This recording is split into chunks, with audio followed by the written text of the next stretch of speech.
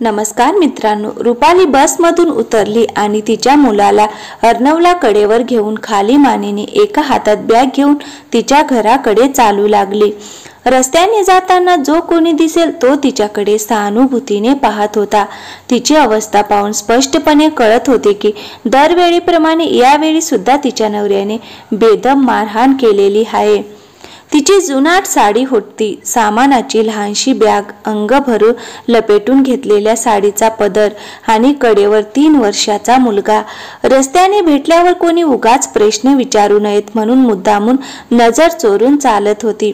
चालता चालता एकदाची घरी पोहोचली।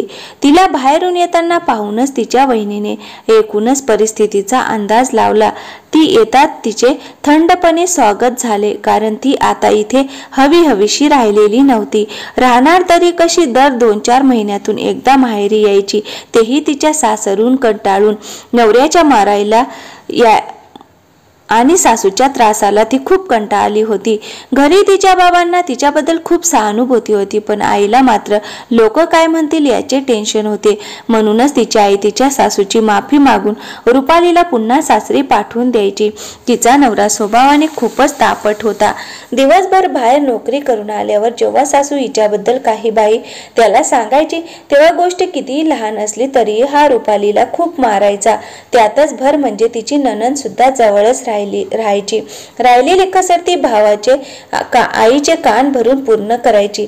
तिला वाटले होते मूल झाल्यावर तरी परिस्थिती बदलेल, पण त्यानंतर परिस्थिती आणखीनच वाईट झाली। सासूबाई नेहमीच हिच्या मुलाला हिच्यापासून जास्तीत जास्त दूर कसे ठेवता येईल याचा प्रयत्न करायची, पण तरीही मुलगा आईसाठी खूप रडायचा, म्हणून मग नाईलाजाने त्याला तिच्याकडे द्यायची। मुलगा 6 महिन्यांचा झाल्यावर रुपालीने पुन्हा कामावर जायला सुरुवात केली होती। तसे पाहता तिला मुलाला सोडून कामाला जायची अजिबात इच्छा नव्हती, पण सासू समोर काहीच बोलू शकत नव्हती। आधीच घरी सासूबाई चहा, पत्ती आणि साखर सारख्या साध्या गोष्टी सुद्धा कुलपात ठेवायची। घरातील शिळे अन्न वाया जाऊ नये म्हणून हिला आधी तेच खायला लावायची। घरी नवऱ्याचा तिचा पगार सगळा सासूबाईंना द्यावा लागत असे, म्हणून स्वतःसाठी 1 रुपया सुद्धा खर्च करता येत नाही। सासूबाईंना एखाद्या गोष्टींसाठी पैसे मागितले तर पुन्हा तिच्या नवऱ्याचे तिच्या विरोधात कान भरायचे आणि मग पुन्हा त्याचा मार खायला लागायचा। आता तिला कळून चुकले होते की नवऱ्याला सांगून काहीही उपयोग होणार नाही। आता तर सासूबाईंनी हद्दच पार केली होती। त्या तिच्या मुलासमोरच नंदेच्या मुलाला चांगलं खायला द्यायच्या आणि जेव्हा हिचा मुलगा हट्ट करेल तेव्हा त्याला मारायच्या। अर्णव आता 3 वर्षाचा झाला होता। आता तो खाण्यापिण्याच्या वस्तूंसाठी हट्ट करायचा, पण सासूबाई मात्र त्याला घरी केलेले साधे जेवण भरवायच्या आणि स्वतःच्या मुलीच्या मुलाला मात्र गोडधोड करून खाऊ घालायच्या। रुपालीने 1-2दा बघितले। तिला वाटले आज ना उद्या सासूबाई आपल्या मुलाचा सुद्धा लाड करतीलच, पण मात्र सासूबाईंनी त्याचा लाड केला ना कधी त्याला आपुलकीने काही भरवले। आता मात्र रुपालीच्या संयमाचा बांध सुटत चालला होता। ती कामावर असताना तिचं मन मात्र सतत आपल्या बाळाच्या विचारात असायचं। त्याने काही खाल्ले असेल का? सासूबाईंनी त्याला मारले तर नसेल ना? याच गोष्टीचा ती सतत विचार करायची। शेवटी सगळी हिंमत एकवटून तिने तिच्या नवऱ्याला सांगितले की सार्थक अजून थोडा मोठा होईपर्यंत ती कामाला जाणार नाही म्हणून, आणि याच गोष्टीवर तिच्या नवऱ्याने तिला मारले होते आणि म्हणूनच ती पुन्हा एकदा माहेरी निघून आली होती। तिला पाहून तिची आई म्हणाली, काय ग, आता काय झालं? आणखीन अजून किती दिवस हेच चालणार आहे तुझं? मला वाटलं होतं की मुलगा झाल्यावर सगळं सुरळीत होईल म्हणून, पण इथे तर सगळे पहिल्यासारखंच आहे। दर 2-3 महिन्यात तुझी चक्कर घरी असतेच। तुझ्या वयाच्या लग्न झालेल्या मुली स्वतःच्या घरी चांगले स्थायिक झाल्यात आणि तुझं तेच रडगाणे सुरू आहे। आईचे हे बोलणे रुपालीला अपेक्षितच होते, पण ती तिच्या आईला म्हणाली, काळजी करू नको आई, तुला अजून जास्त दिवस त्रास नाही होणार माझा। रुपाली म्हणाली। रुपालीचे हे बोलणे ऐकून आईला नवल वाटले। रुपालीच्या बोलण्यात आलेला निर्धार जाणवत होता। रुपालीच्या मनात नेमकं काय चालू आहे हे जाणून घेण्यासाठी आईने तिला विचारले, म्हणजे नेमकं काय करणार आहेस तू? तुझ्या मनात काय काय चाललंय? मी ना माहेरी राहणार ना सासरी. मी एक वर्किंग वुमन हॉस्टेलमध्ये राहणार आहे.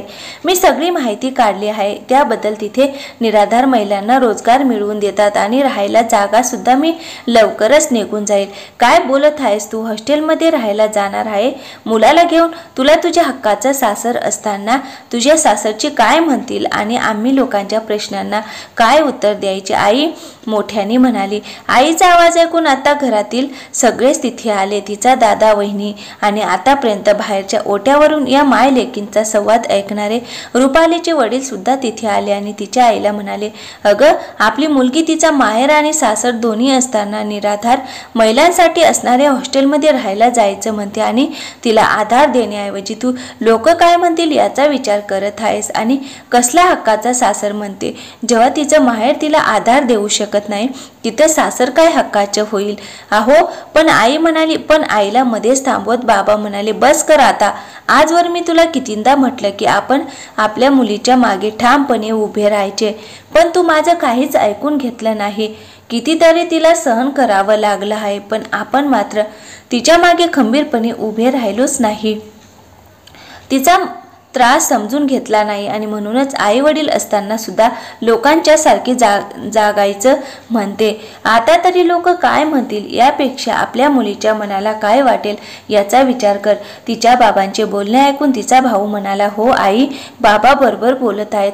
आपण आजपर्यंत कधी रूपाच्या मनाचा विचार केला नाही. तिच्या सासरची तिच्याशी कसे वागतात हे आपण स्वतः पाहिलेले आहे.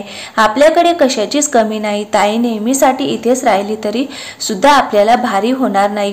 मग असं असताना सुद्धा लेक सासरी शोभून दिसते असे म्हणून आपण तिला पुन्हा पुन्हा तिच्या मनाविरुद्ध तिथे पाठवणे गरजेचे आहे का?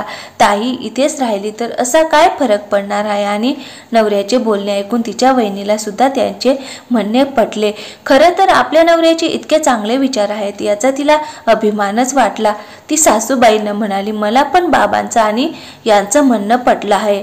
आपण रुपाली ताईंना समजून घ्यायला हवे. सगळ्यांचे बोलणे ऐकून रुपालीला भरून आले. आज पहिल्यांदा तिला तिच्या माहेरच्यांचा भक्कम साथ मिळत होता. तिच्या आईला सुद्धा आपली चूक कळून आली. 2 वर्षाच्या अर्णवकडे पाहून तिच्या आईलाही भरून आले. रुपाली घरी आली की शेजारच्या बायका तिच्या आईला टोचून बोलायच्या म्हणून तिच्या आईला नेहमीच तिला सासरी परत पाठवायची. घाई व्हायची. त्यांना वाटायचं की आज ना उद्या परिस्थिती बदलेल, पण परिस्थिती काही बदलायची नाही. पण लेकीवर इतके वाईट दिवस आले की ती हॉस्टेलवर राहायच्या गोष्टी करते याचे त्यांना मनोमन वाईट वाटलं. त्यांनी रुपालीला प्रेमाने जवळ घेतलं आणि तिला सांगितलं की आम्ही सगळेच तुझ्यासोबत आहोत आणि तुझा कुठलाही निर्णय आम्हाला मान्य असेल. म्हणून त्यानंतर बरेच दिवस झाले तरी यावेळी रुपाली घरी परत आली नाही. म्हणून रुपालीचा नवरा स्वतःच काय परिस्थिती आहे हे पाहण्यासाठी तिच्या माहेरी आला. त्याला वाटले नेहमीप्रमाणे तिच्या माहेरची तिला दोष देऊन माफी मागतील आणि तिला आपल्यासोबत घरी पाठवून देतील. पण यावेळी मात्र तिच्या माहेरच्यांनी तिला परत पाठवायला साफ नकार दिला आणि निक्षून सांगितले की जोपर्यंत तुम्ही तुमची वागणूक सुधारत नाही तोवर रुपाली घरी परत येणार नाही. रुपालीच्या माहेरच्या लोकांचा निर्धार पाहून रुपालीच्या नवऱ्याला कळून चुकले होते की रुपालीच्या घरचे नेहमीप्रमाणे इतके सहजपणे तिला घरी पाठवणार नाही. म्हणून तो तिला सोबत न घेता एकटाच परतला. त्यानंतर बऱ्याच दिवसापर्यंत रुपाली घरी आली नाही. तेव्हा त्याला त्याची चूक कळली. रुपालीच्या घरचे तिला आधार देत नाहीत म्हटल्यावर आपण तिला कधीच महत्त्व दिले नाही आणि किंवा कधीच चांगले वागवले नाही याची त्याला जाणीव झाली. म्हणून त्याने ठरवले की यावेळी आपण स्वतः तिची आणि तिच्या माहेरच्यांची माफी मागावी आणि तिला आणि अर्णवला पुन्हा घरी घेऊन यावे. कारण इतक्या वर्षात त्याला रुपालीचा चांगुलपणा चांगलाच कळून चुकला होता. मात्र या गोष्टीला त्याच्या आईने तीव्र विरोध केला. तेव्हा त्याने त्याच्या आईला निक्षून सांगितले की आजवर तिचं ऐकून त्याने रुपालीवर खूप अत्याचार केलाय, पण यापुढे त्याच्या संसारात मिठाचा खडा टाकू नकोस. म्हणून मुलगा आपला आता यापुढे डोळे झाकून ऐकणार नाही याची आईला जाणीव झाली. मग रुपालीचा नवरा तिचे माहेरी गेला आणि रुपाली सहित सगळ्यांची माफी मागितली व आपण यानंतर कधी चुकीचे वागणार नाही अशी हमी दिली. मग रुपालीने सुद्धा त्याला एक शेवटची संधी देण्याचे ठरवले आणि थोडा तरी त्रास झाला तर ती सरळ माहेरी निघून येईल या अटीवर तिच्या माहेरच्या लोकांनी तिला सासरी पाठवले। त्यानंतर कधीच रुपालीला तिच्या सासरच्यांनी त्रास दिला नाही। ती खऱ्या अर्थाने गृहलक्ष्मी झाली आणि तिचा संसार सुखाचा झाला। आधी जेव्हा तिला तिच्या माहेरच्यांनी साथ दिली नाही तेव्हा तिला तिच्या सासरी कुठलाही मान नव्हता, पण जेव्हा तिच्या माहेरच्या लोकांनी तिला भक्कम पाठिंबा दिला तेव्हा तिला तिच्या सासरी मानही भेटला आणि सन्मानही। एका मुलीसाठी तिच्या आई वडिलांची साथ खूप महत्त्वाची असते।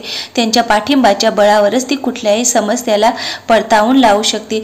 जर तुम्हाला ही कथा आवडली असेल तर व्हिडिओला लाईक करा, शेअर करा आणि अशा छान छान कथा ऐकण्यासाठी आमच्या चॅनलला सबस्क्राईब देखील करा। थँक्यू, धन्यवाद।